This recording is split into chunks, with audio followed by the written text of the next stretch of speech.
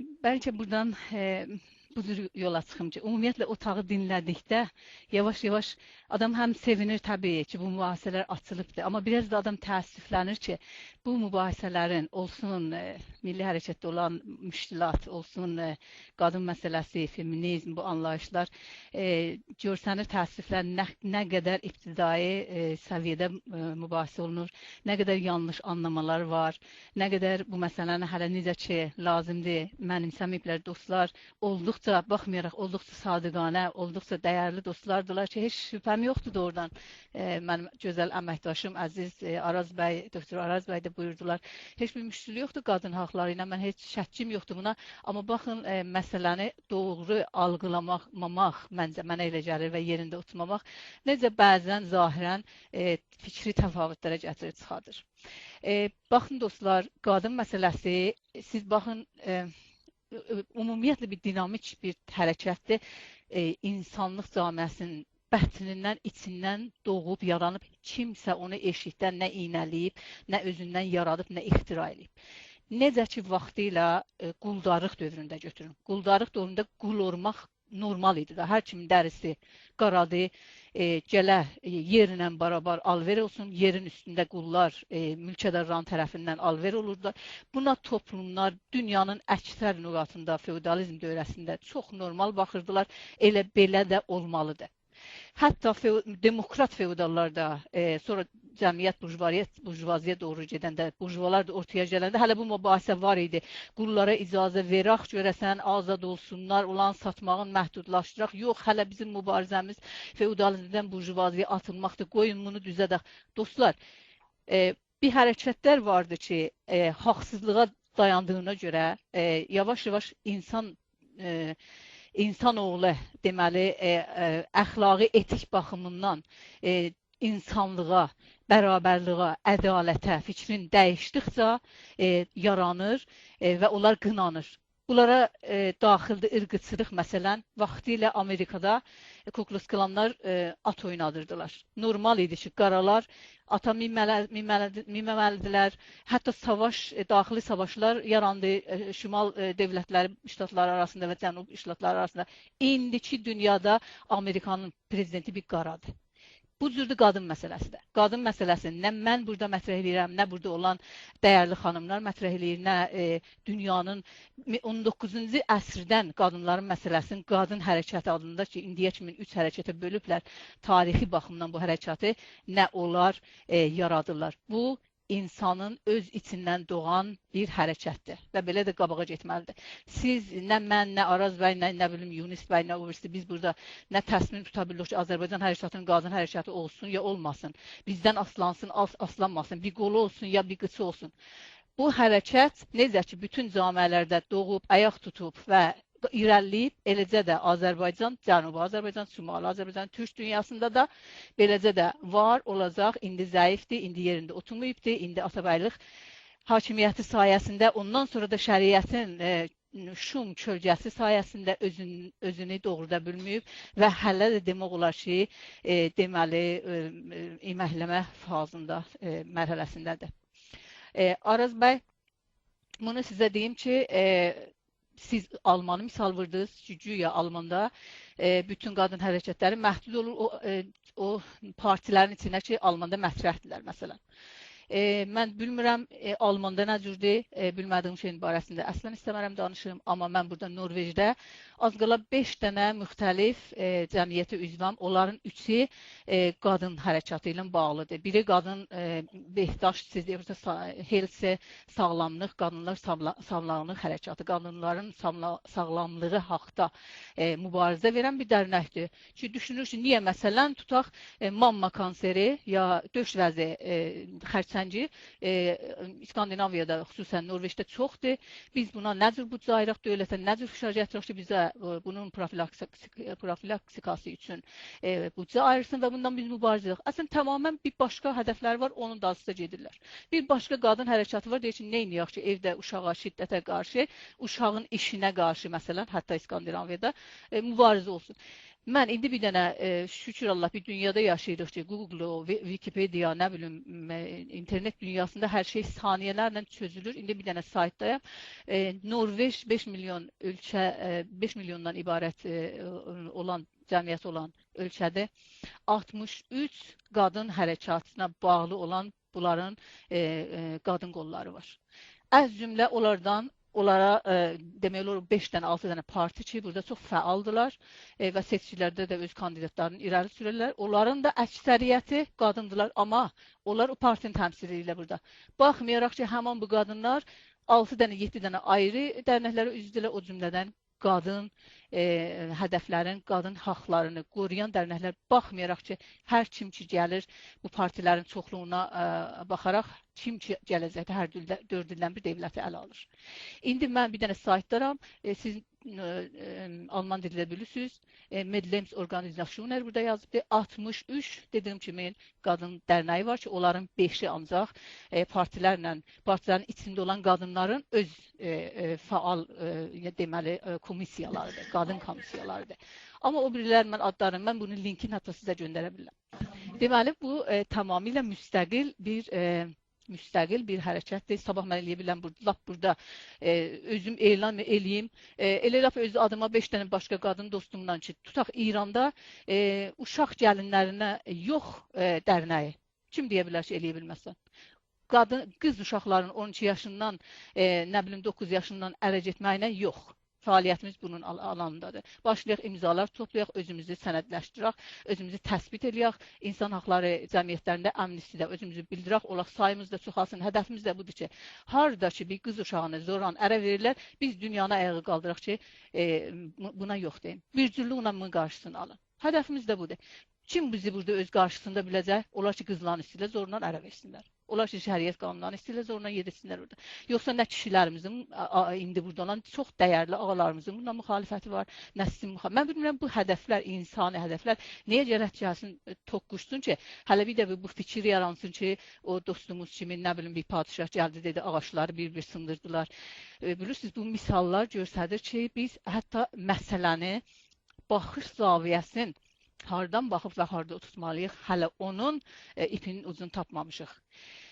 Dostlar, özelliklə əziz bəylər, bir camidə ki, bir qadın tapdalanır, hətta siz kişilər də orada azad dəyilsiniz, əmin olun. Qadına fəqət öz eşiniz kimi baxmayın. Qadınlar sizin bacılarınız və analarınızdır. Əgər bir camiə o qədər yetişdirilibdir ki, siz gecə saat 10-da da ananızın avtobusdan yenib neçə isqah gəlib, evə gəlmağının istirabını çəkmisiniz, əliyağınız əsmir, mütləq gedib onu bir nəfər gətirməlidir. Qız uşağınızın tək bir taksidə oturmağından narahat dəyilsiniz, ona görə ki, bilirsiniz ki, cəmiyyət artıq qadına baxışın o qədər dəyişibdir ki, siz rahat əlinizi əlinizin üstünə qoyub İskandinaviya ölkəsi kimi, məsələn, oturursunuz nigerançılığınız olmadan rahat-rahat öz qadın qohumlarınızı, qızınızı, ananızı, bacınızı cəmiyyətdə fəallığını təhammül edə bilirsiniz. Bilin ki, qadın fəaliyyəti sizin də azad olmanızdan, rahat yaşamağınızdan, insani bir cəmiyyətdə yaşamağınızdan yanadır. Onlar ki, qadın fəaliyyətini dediyim kimi özlərinə qarşı görürlər. Ola bilsin, onlar da ki, cürbəcür kontrollar, cürbəcür qadın şiddətə yanadırlar bəlkə, olsun fiziksel, olsun ruhsal, olsun seksual, olsun iqtisadi, olsun nə bilim materialistik şiddət, vurub sındırmaq, hədələmək, qorxutmaq, belə eləsəm, belə eləyərəm, bunun tərəfdarlar. Yoxsa biz dediyim kimi necə ki, vaxtı ilə quldarlığın dövrü mübahisəli bir dövr idi və oldu, qutardı və indi bugünkü dünyada durasan danışasan ki, aya düzdür ki, qaraları qul eləyək, eləməyək, qoyaq ki, bunlar bizindən gəlsinlər, öz organizasyondan düzətsinlər. Nə qədər gülünc verici bir bəhsdir. İndiki bu dəqiqədə ki, biz bu paltaq otağının mübahisəsini tərcümə eləsə İngilis dilinə, Alman dilinə, Norveç dilinə, burada yaysaq, buradakı qadın dərnəkləri və partilər, qulaq assalar, çox təəssüflə bizə deyərlər ki, çox xoş gəlmişsiniz, yavaş-yavaş yeriyirsiniz, umarıq ki, bir 50 ilə, 70 ilə, 100 ilə Avropa bu mərhələni keçirib, siz də gələrsiniz, yetişərsiniz bəzi şeylərə. Amma dostlar, mən bu cür düşünürəm ki, lazım deyir ki, biz də oturaq, mütləq gedək Edisonun dövrünə lampa ixtira eləməkdən ötür, kəşf eləməkdən ötür, görək helium qazının təsiri nədir? O tutmadı, oksigeni imtahan edək, axırda bir lampa yaradaq. Bu lampa artıq var. Biz eləyə bilirik, Avropanın təcrübəsini oxuyaq. Əgər bir şeylərin tərifini bilmirik, əvvəlcə ki, burada inad aparaq, şüar verək, bir-birimizi təhqir eləyək, bir-birisinin sözünə aşağıdan baxaq, özümüzü daha genişlənmiş bir səviyyədə bir insan mərif eləyək, dostlarımıza tolerans izlədək, deyək ki, eyb yoxdur, mən səy eləyərəm, görürüm ki, aya bu tərif olunubdur, aya bu nə cürdür indi genişlənmiş dünyada da. Hər halda tam indi deyirlər demokrat bir ölkə hələ də yoxdur. Norveçin özündə də krisis senteri var. Qadınlar döyülən, söylənir, qadınlar şey. Məsələn, alkoholik ərlərin xüsusən əlində, ya psixi problemlər olan əlində şiddətə məruz qalır. Olan senterlər var, gizli ünvanları var. Gəlirlər ora, biz həkimlər də gedirik, onlarla təmaslayıq, danışırıq. Bu elə bir dənə orqanizasyonlardan biridir ki, mən varam. Dediyim kimi, Norveçdə 5 milyon cəmiyyət var, amma burada 50 milyon üzviyyət var müxtəlif üzvlərə. Çünki hər qadının müxtəlif rolları ola bilər. Qaldı siyasi olmağa, ya hərəkət olmağa, ya BVGS movement olmağa, ya da ki, deməli bir politik siyasi bir cəryan olmağa. Dostlar, baxın, Norveçdə bu yaxında seçkilər oldu. 5 dənə çox faal hizb deməli yarışdı. Bunlar qırmızıdan ta yaşıla qədər müxtəlif bir teyfdə fərqlənirdilər. Siyasət deyəndə onlar ki, soludular və yaşıldan sonra mavi adlanırdılar. Bunlar sollar. Ümumiyyətlə bu siyasətin tərəfdarıdırlar ki, cəmiyyətin büdcəsi, ölkənin gəliri ola devlətin əlində və bu gərək paylana devlətin nəzarəti ilə insanların əlində biraz şəxsiləşdirək, biraz private həyata yol verək, şəxsi firmalarda başlasınlar. Bu partilərin fərqi sağlarla, bu düşü sağlar deyirlər, yox, gərək bütün firmalara azadlıq verək, rəqabət olsun, Amerika kimli olsun, hər kəs büdcəsini özü eləyə bilsin, istədiyi qədər artırsın, nə bilim, maliyyətləri azdıraq, iskat az verilsin. Bu iki qurum, struktur dövlətdə necə olsun, ona görə partilər fərqlənir. Partilər məclisə ona görə də kandidatlar verirlər, millət ki, bunlara səs verir, baxır ki, hansı sistemdən yanadır, istəyirsiniz sosialisti idarə olsun, istəyirsiniz sərmayedarı idarə olsun, kapitalisti idarə olsun, istəyirsiniz bunların arasında bir şey olsun, necə ki, burada olubdur Norveçdə bura qədər. Buna görə səs verirlər və kürsülər tuturlar parlamentdə və öz nümayəndələr gedir ora. Amma heç bir zaman baxmayaraq ki, kim bu ölkəni əlinə alır, bu ikisindən ki, çox fərqli teyflərdirlər dedim və bunların arada olan partilər də var, biraz ondan, biraz bundan tərəfdarıdırlar. Baxmayaraq ondan, qadın hərəkatı 19-cu əsrdən Norveçdə fəal olub, bura kimi 63 orqanizasiya olub, bura kimi bir nəfər də kürsüsü olmayıb parlamentdə. Qadın hərəkatının hədəfi o deyir ki, deyək, parlamentin hamısını istəyirik qadınlardan olsun, devləti qadınlar görə idarəsində. Burada bir hüquqi mübarizə gedir. Baxmayaraq ki, sağlar ya sollar dövləti ələ alıblar. Baxmayaraq ona, qadınlar deyirlər, mənə fərq etməz. Sən mənə bərabər haqq verməlisən kişilərlə. Kərxanada bir qadının eləyə bilməsə 8%, məsələn, kişilərdən aşağı hüquq alsın. Mənə uşaq doğuşundan sonra bir belə məzuniyyət verməlisən, mənim özü də işimə, pensiyama, gələcəkdə təsir etmədən. Mənə bu haqları verməlisən, buna görə ki, qadına fiziksel baxımından bu məhdudiyyətlərim var, bu bahis olmamalıdır ki, mən, məsələn, filan yerdə iştirakımız daha zəif olsun. Buna deyirlər qadın haqları uğrunda mübarizə, baxmayaraq ki, dövlət kimin əlindədir. Buna bərabər biz gətirə bilirik uşaq haqları mübarizə edən dərnəklər. Buna eləyə bilirik əlillər, yəni deyək, handikaplər cəmiyyəti mübarizə edirlər. İndi homoseksuallər gəliblər iş üstünə. Biz mübarizə edirik. Dövləti kim, sağ, sol, hər kim əldə edir. Bunu da deyim. Bu sağ-sol partilərin çoxsu da qadınlardılar. İndi bu yaxında Siv Jensen və bir də Erna Solberg, ikisi də solçu, hətta bir də biraz nəcatpərəstliyə təmayülü olan ölkənin partilərlər ki, geçdilər iş üstünə. İkisi də qadındılar.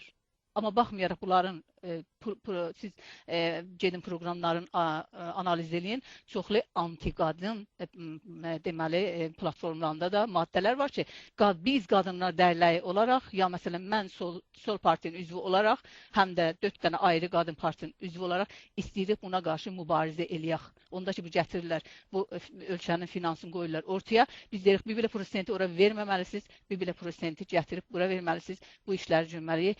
qadın sağlamlığı haqqında, qadın pensiyası haqqında, bunlar yüksəlməlidir, bunlar qabağa getməlidir.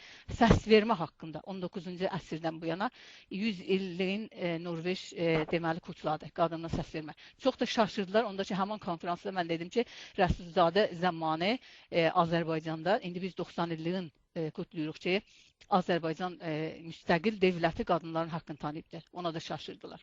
Amma nə olubdu indi Qafqazda və Orta Doğuda bizim günümüz budur. Bu uzun bir siyasi bəhsdir ki, bizim təbii ki, qadın haqlarımızı da dediyim kimi həm xarici istismarın, həm daxili istismarın, həm də elə bu indi son 33 ildə şəriətin hakimiyyəti sırığa çəkibdir. Ona görə dostlar, mən bu cür tövsiyə elərdim ki, biz bu gözəl mübahisələrə qatılanda bəlkə biraz özümüzü mübahisəyə yetişdirək. Bəlkə indiki ölkələrdə şükür Allah, bəzilərimiz Kanadadayıq, bəzilərimiz Amerikada, indi Avropaya bədbəxtçılıqdan ya xoşbəxtçılıqdan, quzeydən, güneydən Azərbaycanlılar səpələniblər dünyanın hər yerinə, indi sürgündə yaşayırlar.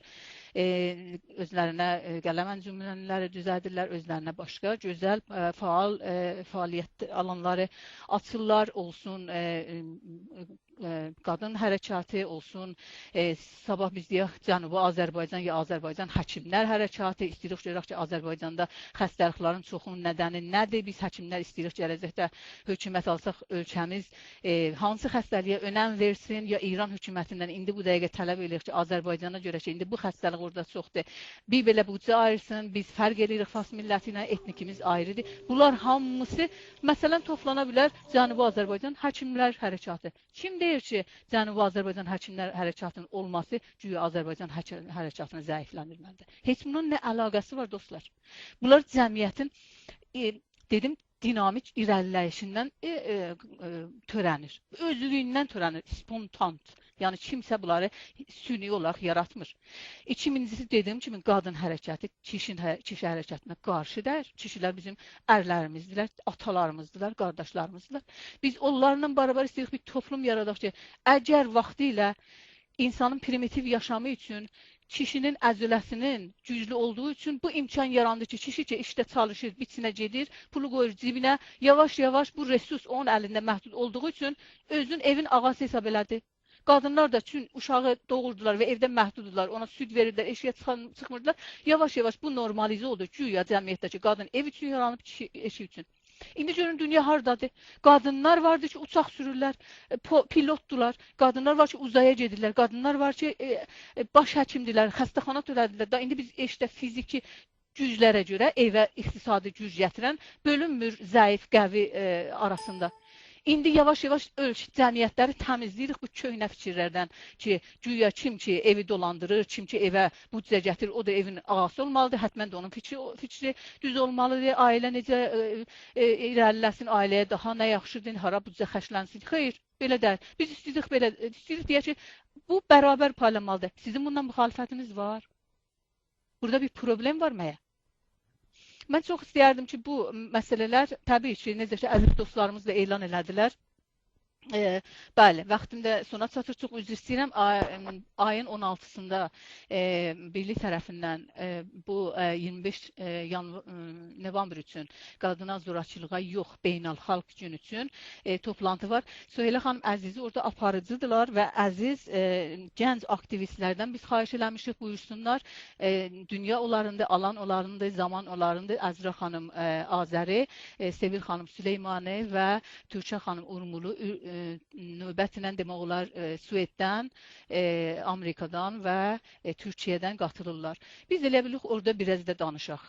Mən indi fəqət bunu deyə bilirəm, vurğulaya bilirəm ki, çox sevindiricidir. Bunlar başlayıbdır. Biz amma çox primitiv bir mərhələdəyik. Kaş hamımız bir-bir başlayaq, özümüzü yetirək və ən azından baxaq ki, dünya daha nəyi əldə edib, biz təzəşdən o məsələ getməyək. Gedək onları oxuyaq.